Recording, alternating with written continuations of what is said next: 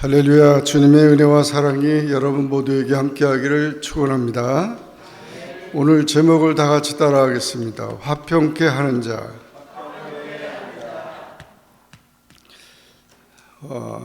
우리는 이 세상에 존재하면서 하나님과 더불어 또 사람들과 더불어 화평케 하는 자입니다. 화평케 하는 자는 피스메이커예요. 그러니까 화평을 만드는 사람이라. 어떤 분이 어머니한테 어머니 나 오늘 피곤해서 교회 못 가겠어요. 그랬어요. 그랬더니 그래도 너는 가야 된다. 사람들이 나를 싫어해요. 그래서 교회를 못 가겠어요. 그랬더니 그래도 너는 가야 된다. 그러니까 그 어머니가 너는 그 교회 목사잖아.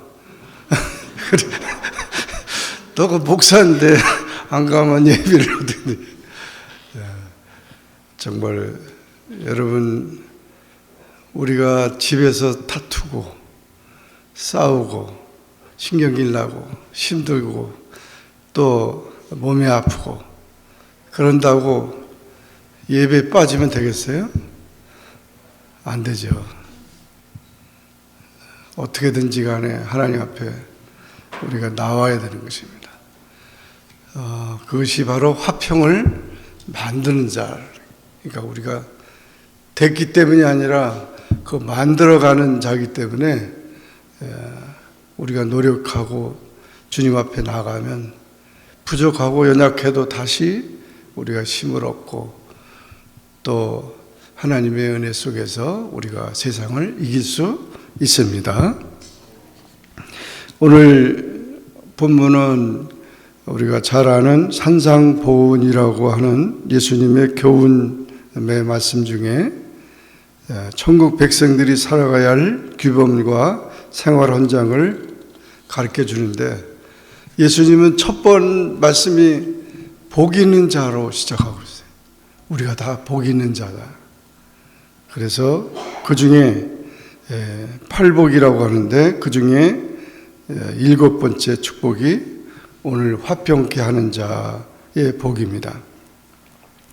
화평케 하는 자는 복이 있나니 저희가 하나님의 아들이라 일컬음을 받을 것이며. 그래서 우리가 하나님과 형제들과 모든 사람들 사이에 평화를 이룩하도록 힘써야 된다는 거예요. 근데 우리 현실은 그렇지 않죠. 지금 이 순간에도 우크라이나 러시아 전쟁하고 있죠.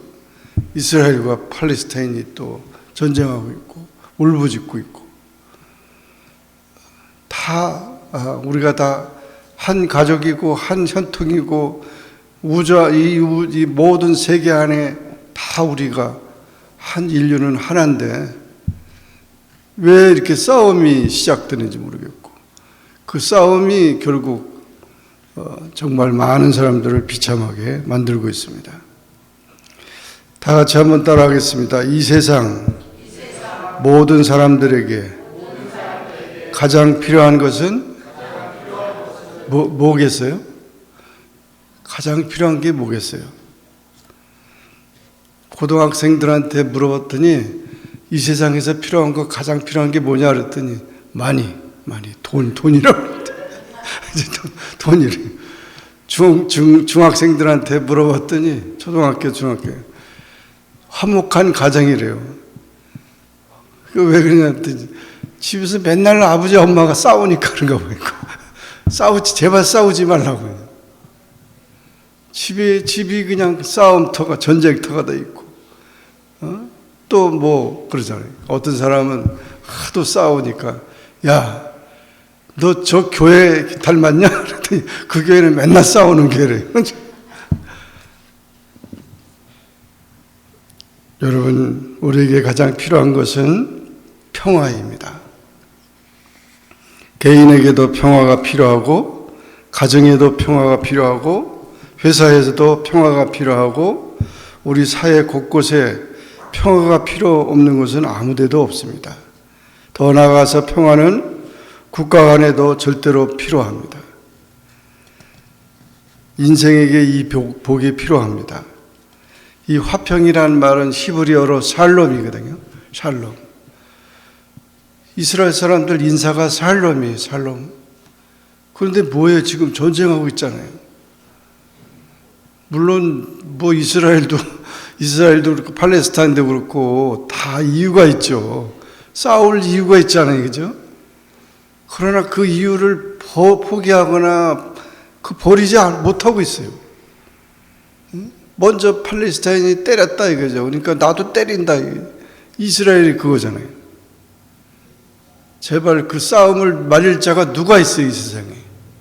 유엔도요, 말릴 수가 없어요. 미국도 힘이 강대, 세계 강대국이라도 싸우지 말라 그래도 싸우잖아요. 누가 말립니까? 우리가 참 이렇게 싸움을 말리고 또 우리에게 평화를 주고 또 우리가 안정된 그런 삶을 살게 하시는 분은 오직 예수님밖에 없습니다. 할렐루야. 예수님밖에 없어요. 누구 말을 들어야 아무도 말 안 듣는데 예수님이 오셔서 그 문제를 해결해 하셔야 됩니다. 샬롬은 우리가 바라는 가장 평화롭고 행복한 상태를 말합니다. 인류의 최대 행복은 화목입니다. 부자 간에, 형제 간에, 사제 간에, 친구 간에, 교인 간에 화목이 제일입니다. 인류의 소원은 평화롭게 사는 것입니다. 히브리서 13장 1절에 형제 사랑하기를 계속하라 했는데 그 형제 사랑이 화목이어야 되는 거예요. 그런데 오늘날 지구상의 전쟁과 테러가 빈발하는 현실을 보고 있고 얼마나 인간들이 평화로부터 멀리 떨어져 있는 것을 알 수 있습니다. 평화가 자리 잡아야 할 곳에 불화가 대신 차지하고 있습니다. 인간이 있는 곳에 죄가 있고 죄가 있는 곳에 불안이 있습니다. 분쟁이 있고 저주가 있고 마귀의 역사가 있습니다. 아담의 아들이 가인과 아벨인데 그 가인이 아벨을 돌로 쳐 죽였잖아요. 어떻게 가정에 이런 일이 있었어요? 인류 역사는 싸움의 역사입니다. 전쟁이란 인간이 범하는 최대 죄악이라고 톨스토이는 말했습니다. 전쟁은 파괴의 과학이라고 존 에버트라고 하는 사람이 말했습니다. 전쟁은 지옥이라고 오제이 스미드가 말했습니다. 전쟁은 인류 멸망의 길이라고 마틴 루터 킹 목사님이 말했습니다. 싸우지 않고 적을 굴복시키는 것이 좋은 것 중에도 가장 좋은 것이라고 손자가 말했습니다. 전쟁에 이기는 것보다 평화를 지키는 것이 더 국가를 사랑하는 것이라고 내총감상 목사님이 말했습니다. 싸운다고 해결됩니까? 되지 않아요. 전쟁하면 서로가 손해를 끼치게 됩니다. 전쟁은 많은 사람을 불행하게 만드는 것입니다. 세금이 올라가고 미망인들이 많아지고 또 다리가 다 잘라져서 의수족이 많이 생겨나고 또 부모를 다 잃어버려서 전쟁 고아들이 많이 생기고 또 많은 사람들이 죽어서 해골들이 그냥 천지입니다. 어떤 사람은 싸움은 정든데요. 그런데 싸움은 정이 드는 게 아니라 상처만 많아져요. 운동 경기 중에서 정말 그 가슴 아픈 운동 경기가 나는 꼰투라고 봐요. 그거는 얼마나 많은 사람을 자기 상대편을 머리를 때려가지고 골병 들어요. 골병. 자기도 이겼지만 자기도 여기 터져가지고 피가 터져서 이겼다고 이기는 거 보면 야 저렇게 맞고 이겼다고 뭘 좋아하겠냐. 이게 꼰투 보고 싶지 않아요. 그래. 꼰투는 아주 그냥 너무 사람이 피투성이가 많아요. 여러분 제발 싸우지 말아야 되죠. 교회가 세상을 염려하는 것이 아니라 세상이 교회를 염려하는 것도 이 싸움 때문에 그래요. 싸움. 그러므로 우리에게 이 세상에서 가장 필요한 것은 평화라는 사실을 기억하고, 이 평화를 찾지 않으면 행복이 없고, 거기에는 불안과 또 거기에는 정말 비참한 그런 지옥만 있는 것입니다. 평화를 사모하는 우리 모두가 되기를 바랍니다. 두 번째로 다 같이 따라하겠습니다. 그리스도만이 이 세상에 참된 평화이시다. 네, 성경에 말하고 있잖아요. 이 예수님만이 참된 평화를 주시는 분이기 때문에 예수님이 오신 것은 평화를 주시기 위해서 오신 거예요.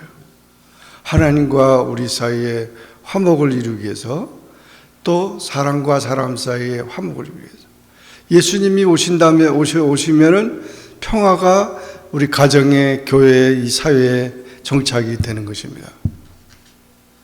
그렇다면 우리가 예수님 믿는 사람이라면 이 평화의 주님을 모셔드려야 되고, 또 그 예수님의 그 정신대로 우리는 살아가야 됩니다. 누가복음 2장 14절, 지극히 높은 곳에서는 하나님께 영광이요 땅에서는 하나님이 기뻐하시는 사람들 중에 평화로다 하니라.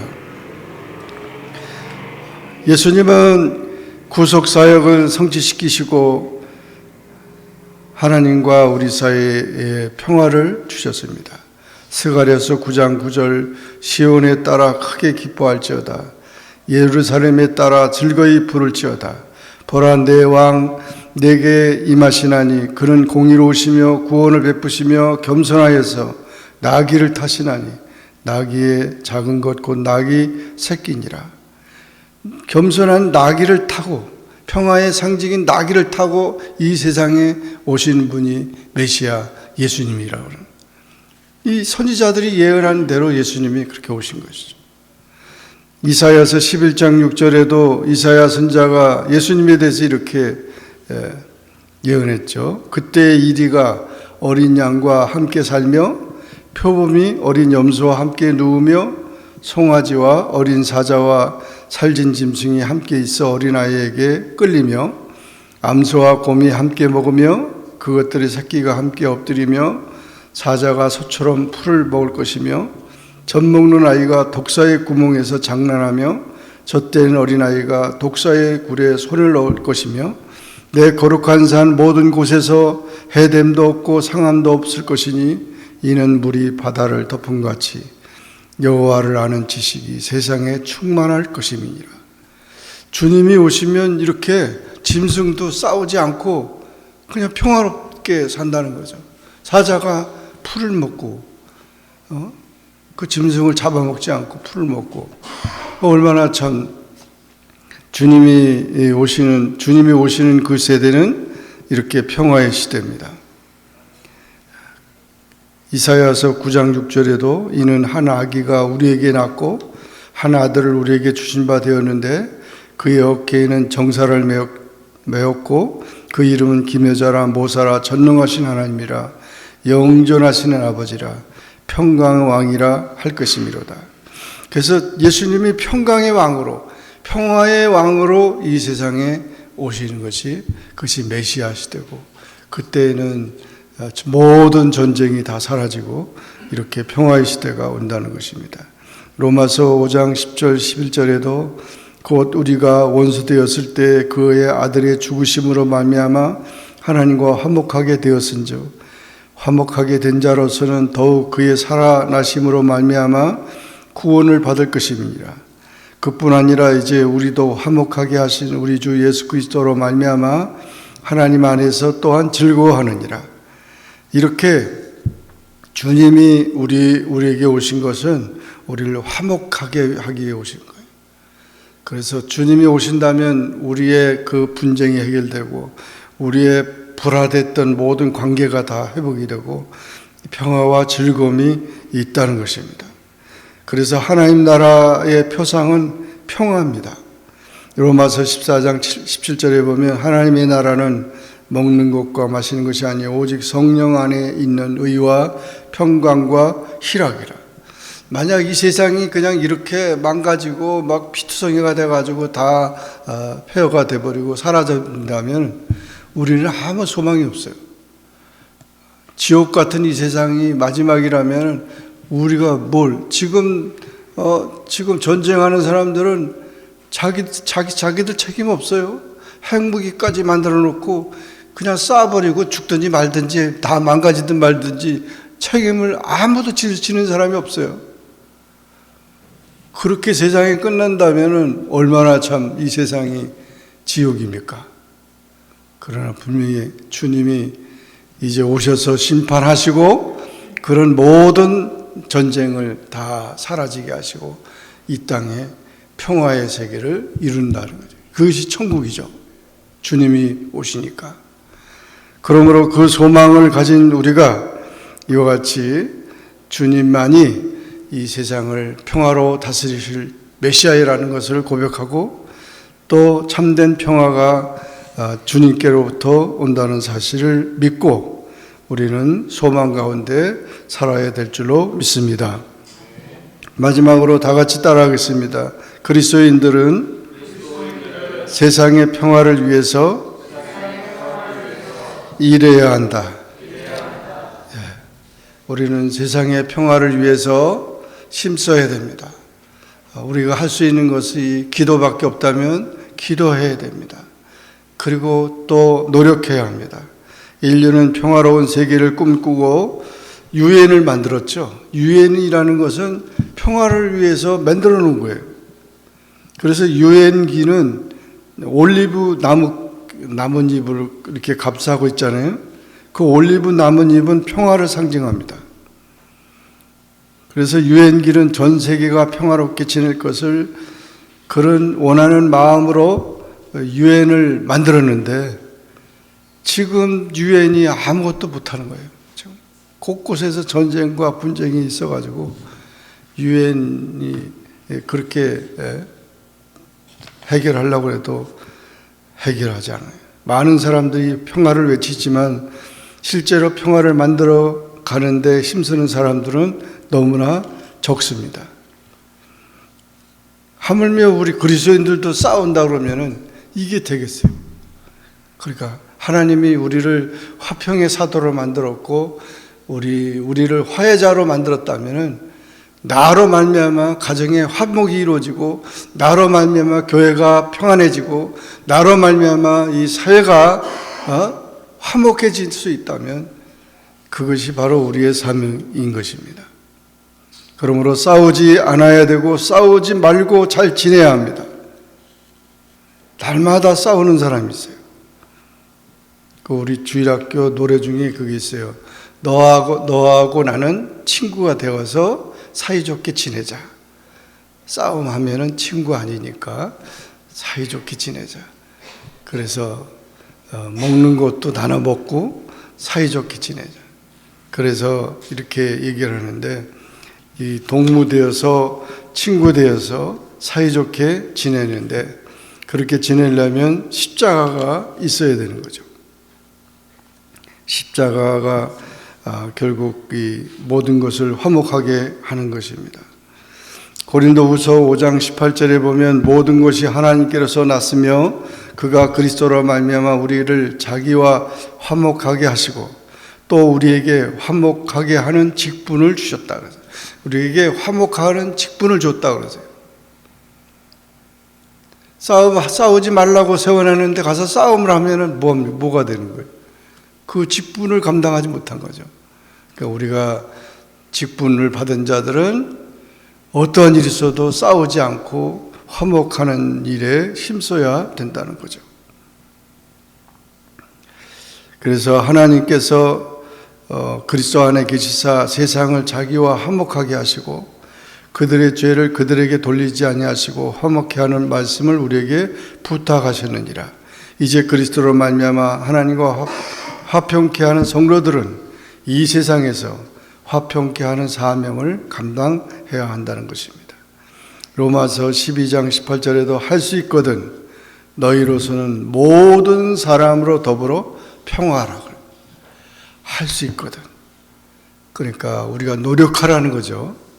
평화하기 위해서 노력하라고 그러지 가서 그냥 한바탕 하려고 이렇게 힘쓰지 말고 그냥 모든 사람으로 더불어 평화하라고. 바울은 성도를 구원하신 하나님의 구속의 원리를 기록한 후에 이어서 구속의 은혜를 얻은 성도의 삶에 대해서 이렇게 권면한 것입니다. 그래서 할 수 있거든 모든 사람들과 평화하라고 한 것입니다. 히브리서 12장 14절에도 모든 사람과 더불어 화평함과 거룩함을 따르라. 이것이 없이는 아무도 주를 보지 못하리라. 주님 오실 때 우리가 화평했느냐 거룩했느냐 이 두 가지가 중요하다는 거죠. 그래서 주님 오실 때 정말 얼마나 화평을 이룬다는 것은 많이 참아야 되잖아요. 그죠?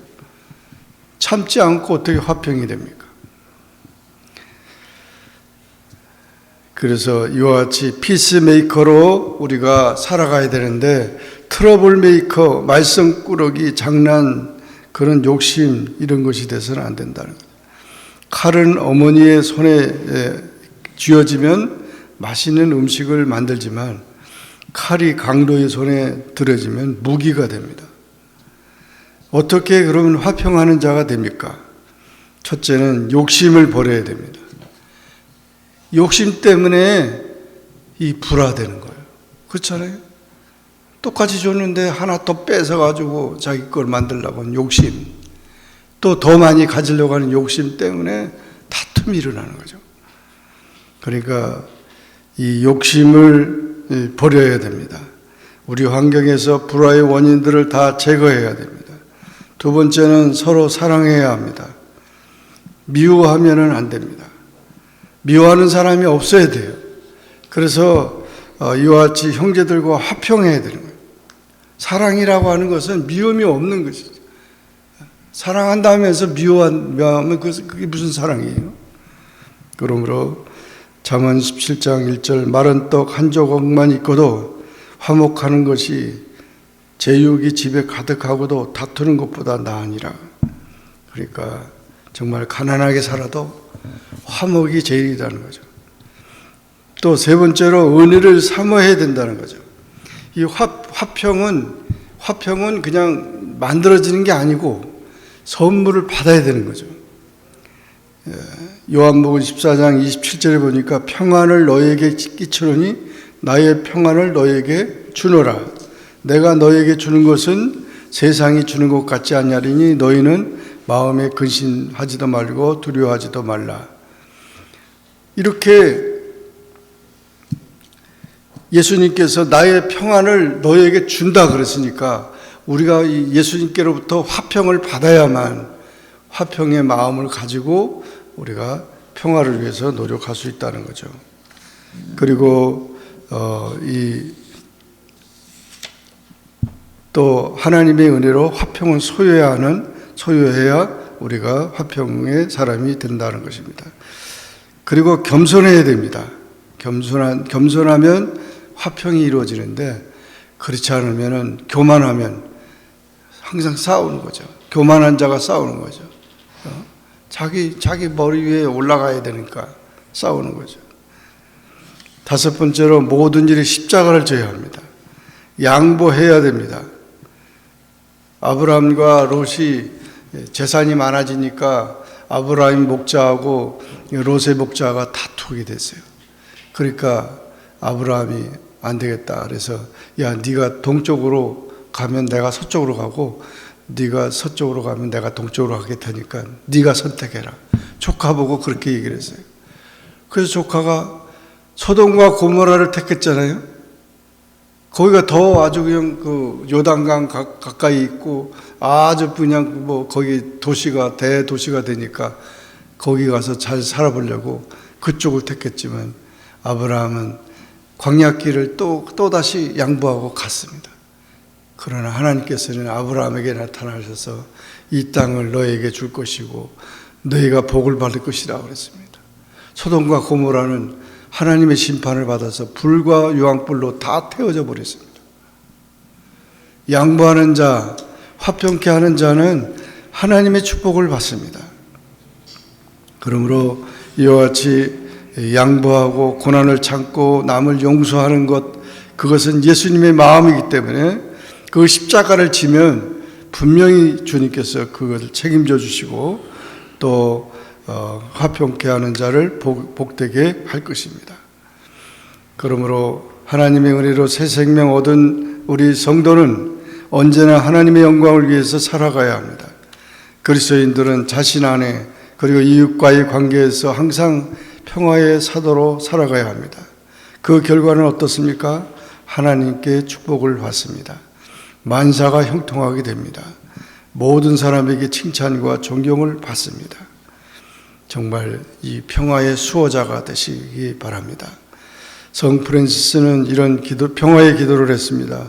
주여 나를 평화의 도구로 써주소서. 미움이 있는 곳에 사랑을, 상처가 있는 곳에 용서를, 분열이 있는 곳에 일치를, 의욕이 있는 곳에 믿음을 심게 하소서. 주여 나를 평화의 도구로 써주소서. 오류가 있는 곳에 진리를, 절망이 있는 곳에 희망을, 어둠이 있는 곳에 광명을, 슬픔이 있는 곳에 기쁨을 심게 하소서. 위로받기보다는 위로하며, 이해받기보다는 이해하며, 사랑받기보다는 사랑하며, 자기를 온전히 줌으로써 영생을 얻기 때문이니 주여 나를 평화의 도구로 써주소서. 우리 모두 이와 같이 성 프란시스 같이 기도하는 마음으로 화평의 사자가 되어 가정과 사회와 교회와 세계에 사랑과 평화를 심는 하나님의 자녀가 다 되시기를 주의 이름으로 축원합니다. 기도하겠습니다. 주님 감사합니다. 오늘도 주님 앞에 나와 또 예배하게 하시고 하나님 앞에 주의 말씀 듣게 하시니 감사합니다. 하나님께서는 화평케 하는 자에게 복이 있다고 했습니다.